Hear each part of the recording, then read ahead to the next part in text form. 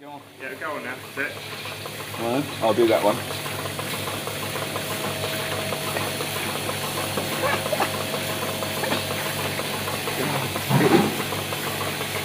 There we go. Yeah, you've got the job.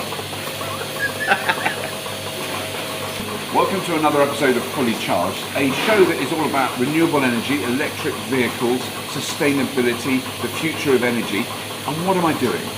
I'm in a milking parlour, milking cows. Let's go, let's go.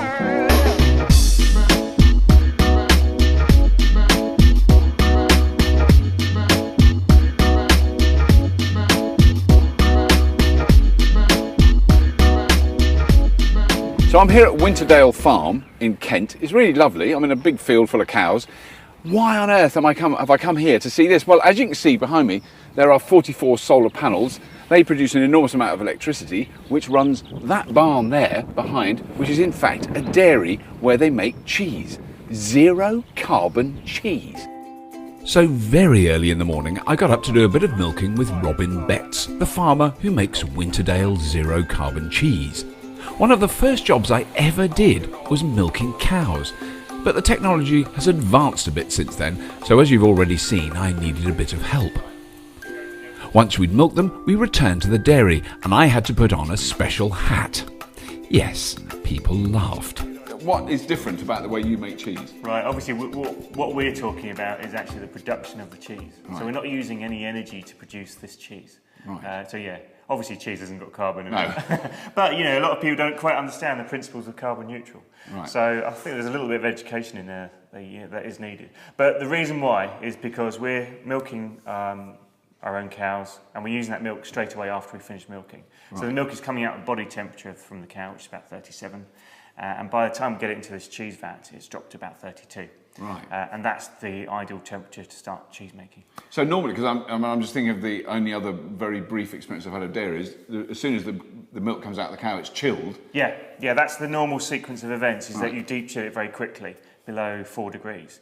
And that takes a lot of energy to do that. Yeah, and then you see you've got the energy to do that first of all, and then it goes into a tanker, then goes off to a big cheese dairy, and then all they go and do is then raise it back up to 32. So you need the milk warmer to make cheese anyway. Yeah, Right. You need it at 32 to start cheese making. Yeah. So this is the beauty of this is that because we're taking the milk straight out of the cow, it goes Yeah. through one filter, we don't have to worry about all that. Right. So that initial process is completely energy free. Right.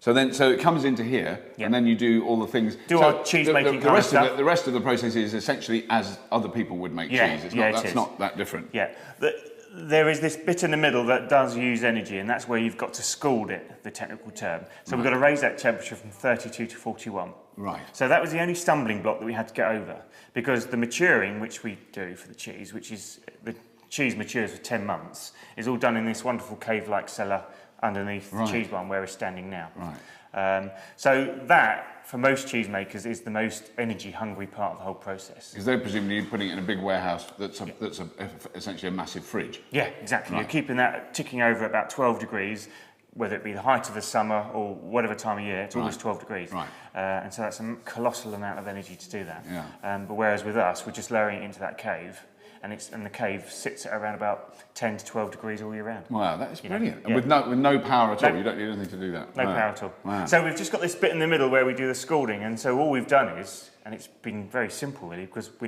don't use much energy anyway, is to install some photovoltaics Yeah. and a ground source heat pump.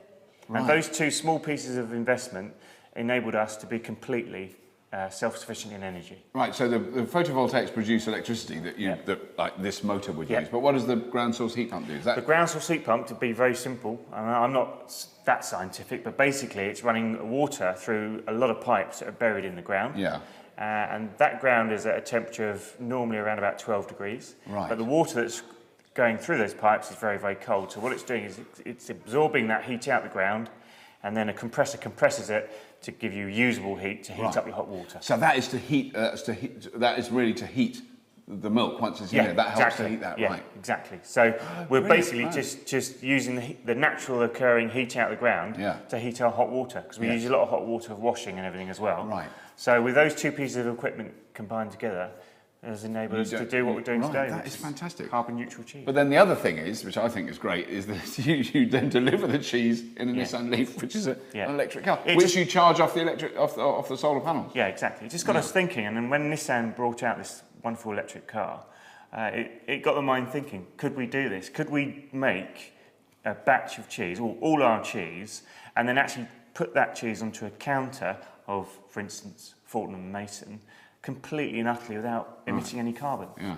And we can. You can. I mean, the fact, because I think that's always my argument, is it's not necessarily easy. No. It's not necessarily that cheap to set it up. But once you've set it up, it is possible. Yes. I mean, that's the argument. It is possible to do. But in saying that, for us, it wasn't that much of a deal because we were low energy anyway. Because we use the milk warm from the cow, because we mature the cheese in the cave, we weren't using that much much energy anyway. Yeah. So it was just a small investment in the photovoltaics and the ground source heat pump was enough to enable us to... And that's to really do the process that would take place in these vats, right? Yeah. Because the squashing it, which I love, I bet there's a proper term for it. That's squashing but the squashing it, that's like Meccano and levers and weights. This is great. It's a traditional cheese...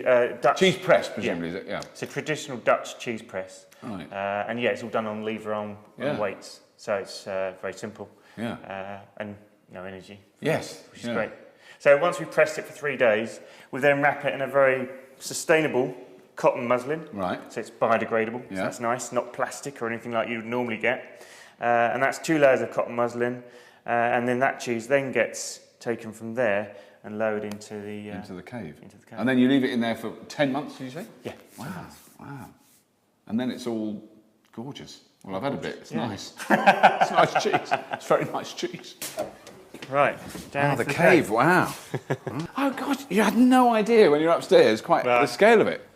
And how cold it is down here as well. Which is nice. And it smells very cave-like. That chalky kind of cavey smell. Yes. But it has got remnants of the chalk still in the... Right, so that was actually, that's not dug, that's what it's like before you dug, I mean, that's just been dug out. That's the concrete footing, and we've just dug out the soil away from that footing. And of course, you've got remnants of the flints and chalk stuck into that concrete. So that, I mean, that is something I noticed, that the mould on it, is that, well, I'm assuming that's what this is, this I know, people look at it and think, God, it's got mouldy cheese. Well, that's good, that's a good thing. It's brilliant, because you can see here, but that's newer than that. Exactly. This is older. And that's actually providing a protection to the cheese. Right. What we can have a quick look at is the ground source heat pump. Oh, yeah. And the photovoltaics. Right. And I don't think it's brilliantly sunshine now, is it? So they won't be registering a lot, but that's obviously the inverter. Three-phase inverter. So you've got a 3-phase in... Oh, I'm so jealous. Yeah. So at the moment we're doing about 2.3 kilowatts. Right. So it's a bit cloudy at the moment. So. But, even on a cloudy day, 2.3 But that's your total kilowatt hours there since you put it in? Yeah, 12,450. So you've got the heat pump in here, or the heat pump room. So is that the heat? That's the heat pump there. Yeah, is it? That's what we're ticking over at the moment, 49. So literally all that's happening is that's pumping that very cold water through that array of pipes. Right. And then because the ground is about 12 degrees, the temperature difference is now absorbing that heat out of the ground. Wow. And then that's compressing it to make it usable heat to heat up hot water. After a few publicity snaps, it was time to take the cheese to the shops. Quite a big crowd of family and friends showed up to wave us off.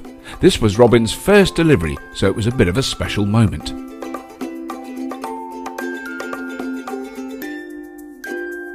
While you were busy with all your guests and it was all marvellous, I sent a little tweet out saying I was really excited about this, zero carbon cheese, and it's all marvellous. And then and I said, obviously, the cheese doesn't have the carbon in it. And that was actually the quote, the cheese doesn't have the carbon, which was stupid because the cheese does have carbon in it. I think I said that as well, and I'm the cheese maker. I think you did. So I can't believe I've not noticed myself tipping a bit of carbon in it. So I don't know how many scientists I've got following me, but let me tell you, they all answered really quickly. Because there is carbon in cheese, and I was even sent diagrams of the atomic structure of cheese. Yeah. One of which molecules is carbon. Anyway, the point is that there's no carbon in its production. Yeah. But then actually a few people pointed out, well, methane. There's a lot of methane. Well, this is from the cows. Yeah, this is the key thing. We're doing, obviously, this is a carbon neutral cheese production. Yeah. So as soon as that milk gets into our dairy, that's where we're talking, right, our production of making that cheese is carbon neutral. Yeah. Now, trying to control the cows and methane gas and all the associated energy in producing milk is a whole other story. Yeah. But we're in charge of our cheese, and we know that our production is carbon neutral. Yeah. No, I think that's very. But yeah, it's a clear You have to have those annoying caveats. Yeah, but it's true. But I mean, it's also true to say, and I think it's worth pointing out to people that that your general block of cheese that you buy in the supermarket has an enormous carbon footprint because of the way it's produced. The transportation of milk is horrendous in terms of the impact on the environment. Yeah. Because you think 1,000 litres of milk is a tonne, basically. Right. And you're moving all that milk around the country, and you're having to keep it cool. And you're having to keep it cool. 4 degrees all that time. Yeah. So, you know, for what we've done and reducing that to absolutely zero from what is a very high figure is something I'm going to cry about. No, it's very, but I think it's really important. I mean, the other interesting thing is that, you know, the initial investment you've had to make to achieve that is obviously greater than maybe the initial investment would be if you used standard equipment with you know, and you had 3-phase electricity from the national grid coming into you.